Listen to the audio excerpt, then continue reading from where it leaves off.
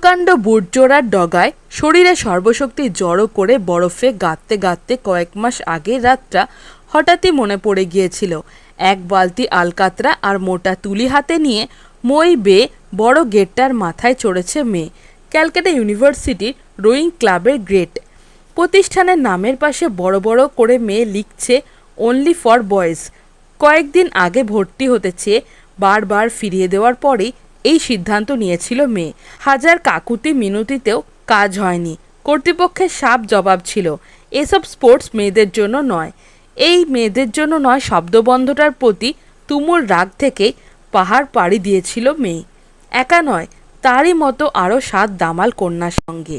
দীপালি সিংহ 1967 সালে গড়বাল হিমালয়ের রন্টি সিংহ অভিযানের দলনেত্রী। পূর্ব ভারতের প্রথম অসামরিক মহিলা দলের পর্বতারোহণের ইতিহাসের স্রষ্টা। তার নেতৃত্বে 50 বছর আগে রন্টি সিংহে সফল অভিযান করেছিল 8 বাঙালি মেয়ের একটি দল। সেটি বাঙালি মহিলাদের প্রথম সিংহ জয়। সেই কথা তুললে আজও স্মৃতির আলো ঝকঝক করে ওঠে তার 72 বছর বয়সী 2 চোখে। লাল পাড় সাদা শাড়ি পরা, স্কুল জীবনে মাউন্টেনিংয়ের শব্দটাও জানতেন না দীপালি। শ্রী শিক্ষায়তন কলেজে পৌঁছে পেয়েছিলেন এনসিসিতে যোগ দেওয়ার সুযোগ, আর সেই সঙ্গেই অনুশাসন, নীতি, নিয়ম আবদ্ধ জীবনের বাইরে বেঁচে থাকার অন্য স্বাদ। 1964 সালে যখন বেসিক মাউন্টেনিয়ারিংয়ের কোর্স করতে পাঠালো এনসিসি থেকে, বাড়িতে কান্নাকাটির দশা। ঠাকুমা বলেছিল, 1 মাস বাড়ির বাইরে থাকবে মেয়ে, বিয়ে দেব কী করে?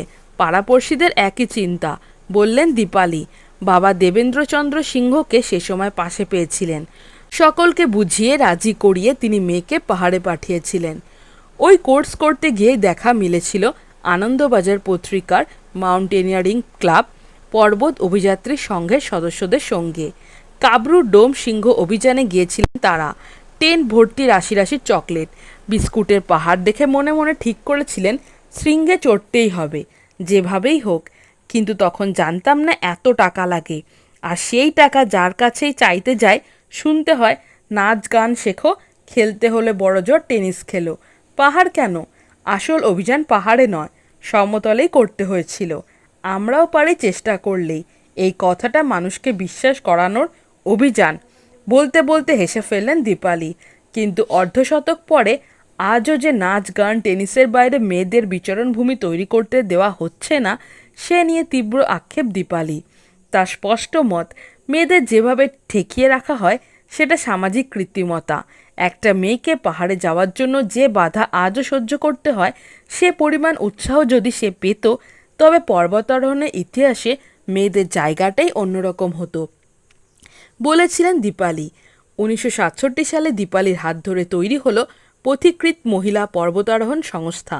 দীপালির বাবা দেবেন্দ্রচন্দ্র সিংহের ইতিবাচক মনোভাব ছাড়া যা সম্ভব হতো না।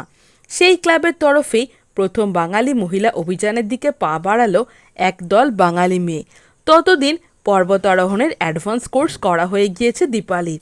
হিমালয় মাউন্টেনিয়ারিং ইনস্টিটিউটের খাতা দেখে জোগাড় করেছেন কিছু বাঙালি মেয়ের নাম। এমনিভাবেই স্বপ্না মিত্র চৌধুরী, লক্ষ্মী পাল, শিলা ঘোষ, সুজয়া গুহ, স্বপ্না নন্দী, সুদীপ্তা সেনগুপ্ত পরে দক্ষিণ মেরু অভিযান করে বিখ্যাত হন, এবং ইন্দিরা বিশ্বাস জড়ো হলেন পথিকৃতে। 20,700 ফুট উচ্চতায় নন্দাঘুন্টি অভিযানের প্রস্তুতি সারা। সব ঠিকঠাক। দিন 10 আগে ইন্ডিয়ান মাউন্টেনিয়ারিং ফাউন্ডেশনের নির্দেশ দিল, অত বড় সিংহে মেয়েদের যাওয়া চলবে না। চোখে অন্ধকার নেমে আসার আগে উদ্ধারকর্তার ভূমিকায় অবতীর্ণ হয়েছিলেন তৎকালীন কংগ্রেস নেতা প্রফুল্ল সেন। নিজে হাতে চিঠি লিখে দীপালি আর সুদীপ্তাকে সোজা পাঠিয়ে দিয়েছিলেন প্রধানমন্ত্রী ইন্দিরা গান্ধীর কাছে। দীপালির কথায়, প্রধানমন্ত্রী যে সেদিনের বিষয়টাকে অতটা গুরুত্ব দেবেন, নিজে সেই মুহূর্তে IMF-কে নির্দেশ দেবেন অভিযান বাতিল না করার, তা আমাদের ভাবনার অতীত ছিল। সেদিন প্রধানমন্ত্রীর তৎপরতা অবাক করেছিল ওদের। তবে নন্দাঘুন্টি নয়, ঠিক হলো রন্টি সিংহে অভিযান করতে পারবেন দীপালিরা। রন্টি কেন? উচ্চতা 20,000 ফুটের কম, 19,900 ফুট। নন্দাঘুন্টি আর রন্টির মাঝে ওই 800 ফুট উচ্চতাটুকু মেয়েদের অলঙ্ঘনীয় বলে মনে করেছিলেন IMF-এর তৎকালীন কর্তারা। 1967 সালের 9 অক্টোবর মহাষষ্ঠীর দিনে পা বাড়িয়েছিলেন 8 পার্বতী। অতদিন আগে এত আধুনিক ছিল না যোগাযোগ ব্যবস্থা, আধুনিক ছিল না পর্বতারোহণের পদক্ষেপগুলো। প্রতিটি বাধা পেরিয়ে শেরপা পাসাং ফুতারকে নিয়ে অভিযান শুরু হলো। বেস ক্যাম্প যাওয়ার পথেই হঠাৎই মালপত্র নামিয়ে রেখে বিদ্রোহ করে বসেন পোর্টাররা। বুঝি রাজি করানোই দায়। ভয় পাওয়ার দরকার ছিল না, কিন্তু অভিজ্ঞতার অভাব বেশিরভাগ সময় ভয় ডেকে আনে। আমাদেরও সেটাই হয়েছিল। ছোটোখাটো সব বিষয়ে ভয় পেতাম, অভিযান না বাতিল হয়, বললেন দীপালি। পাশে ছিল আনন্দবাজার পত্রিকা। অভিযানের প্রস্তুতি থেকে সিংহ ছুঁয়ে ফিরে আসা পর্যন্ত প্রতিটি পর্বে বিবরণকে দলিল করে রেখেছিল এই সংবাদপত্র। আনন্দবাজারে পর্বত অভিযাত্রী সংঘ তখন সাহায্য করেছিল দীপালিদের। ডানপিটে এই মেয়েদের বেশ স্নেহ করতেন তৎকালীন মুখ্য সম্পাদক অশোক কুমার সরকার। দীপালির বক্তব্য, আমরা অভিযাত্রী মেয়েরা রীতিমতো দাপিয়ে বেড়াতাম ওই বাড়ির ভিতরে। অভিযোগ আবদারের সম্পর্ক ছিল অশোক কুমার সরকার গৌরী কিশোর ঘোষের সঙ্গে। এসেছিল আরও বাধাও। তখন এত হালকা জুতো নেই, পাহাড়ে রান্না খাওয়ার আধুনিক সরঞ্জামও ছিল না, নেই যথেষ্ট ভালো শীত পোশাক। দীপালি বলছিলেন, অভিযানের ভয় ছিল, কিন্তু মেয়ে হওয়ার আক্ষেপ কখনো নয়। গোটা অভিযানে একবারের জন্যও মনে হয়নি মেয়ে হওয়ার কারণে এই অভিযানের পথ বেশ কঠিন লাগছে। বরং যতবার সমতলের সামাজিক বাধাগুলোর কথা মনে পড়েছে, দাঁতে দাঁত চেপে স্বপ্নটাকে ধরে রেখেছেন ওরা। দীপালি আজও বলেন, জানতাম পারতে আমাদের হবেই, এটা আমাদের একার নয়, বহু বাঙালি মেয়ের পাড়ার লড়াই। না পারারই বা কী আছে? পর্বত আরোহণের কোর্সে ছেলেদের যে পথে যেভাবে চড়তে শেখানো হয়, মেয়েদের ক্ষেত্রেও তাই।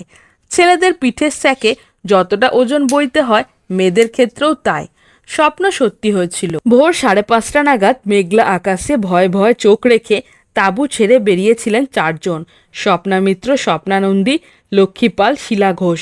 ঘণ্টা দুয়েক ঠিকঠাক এগোনোর পরেই শুরু তুষারপাত। কোমর অবধি বরফ ঠেলে এগোচ্ছেন সবাই, ক্লান্তিতে অবসন্ন শরীর। ওরা 3 জন পারল না, শরীর খুব খারাপ করছিল ওদের।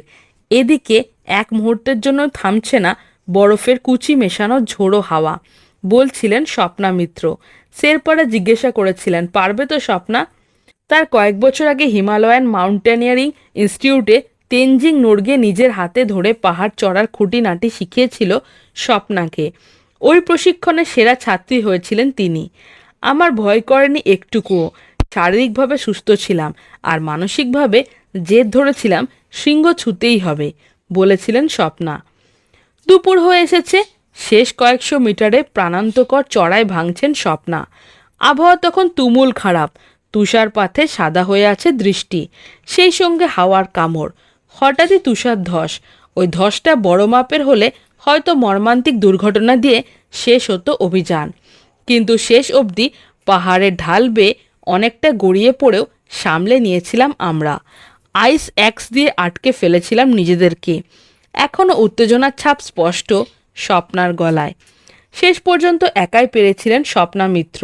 28শে অক্টোবর বেলা 2:45 রন্টি সিংহের চূড়ায় বাঙালি মেয়ের হাতে উড়ল পতাকা, ভারতের পতাকা। দলনেত্রী দীপালির স্বপ্ন, বহু দূরের এক শহরের অপেক্ষা করে থাকা শুভাকাঙ্ক্ষীদের আশীর্বাদ সত্যি করে লেখা হলো ইতিহাস। হাওড়ায় নামার পর অবিরল জনস্রোত। চারিদিকে শুধু মাথা আর মাথা, আর কিছু দেখা যাচ্ছে না। সারা শহর যেন স্টেশনে ভেঙে পড়েছিল স্বপ্ন ছোঁয়া মেয়েদের দলকে এক ঝলক দেখবে বলে। ফুল মিষ্টি কার্ডের কথা তো ছেড়েই দিলাম। বাসে করে গোটা কলকাতা শহর ঘোরানো হয়েছিল আমাদের। বাড়ি ফিরতে ফিরতে সন্ধে গড়িয়ে রাত হয়ে গিয়েছিল। আজও গর্বে ঝরে পড়ে দীপালির গলার স্বরে। তবে এতটা গর্ব ধরে রাখতে না পারার আক্ষেপটা আজও তাকে কুড়ে কুড়ে খায়। 1974 সালে বিয়ের পর থেকে প্রায় বছর 10 পাহাড় ছাড়া ছিলেন দীপালি। 1987 সালে রুদ্রগয়ায় অভিযান করেছিলেন, প্রথম মহিলা অভিযানের 20 বছর পূর্তি উপলক্ষে। চেয়েছিলাম আরও অনেক মেয়েকে তৈরি করতে, চেয়েছিলাম অনেকে এগিয়ে আসুক। নিজের ফাউন্ডেশনও তৈরি করেছি, কিন্তু টাকা কই? আর তেমনি জেদি মেয়েই বা কই? গলার স্বরে হতাশা চাপা থাকে না। দীপালির অভিজ্ঞতা বলে, বাইরের জগতের সঙ্গে এখন মেয়েদের পরিচয়টা অনেক বেশি, কিন্তু একটা মেয়ের পর্বতারোহণের ক্ষেত্রে তার উপর চাপিয়ে দেওয়া পারিবারিক আর সামাজিক বাধার ধরনটা এত বছর পরেও তেমন বদলায়নি। দীপালি বলছিলেন, সেভাবে দেখতে গেলে পর্বতারোহণ বিষয়টি সহজ হয়েছে আগের থেকে, এ কথা নিশ্চিতভাবে বলা যায়।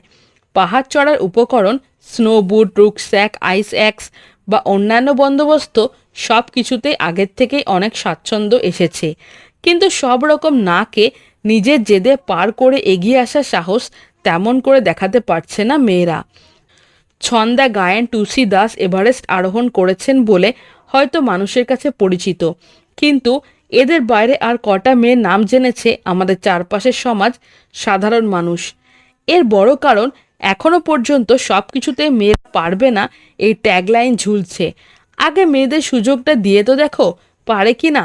না পারার স্বাদটাও পেতে দাও ওদের। আগের থেকেই পারবে না শিকলে পা বেঁধে রাখার মানে কি?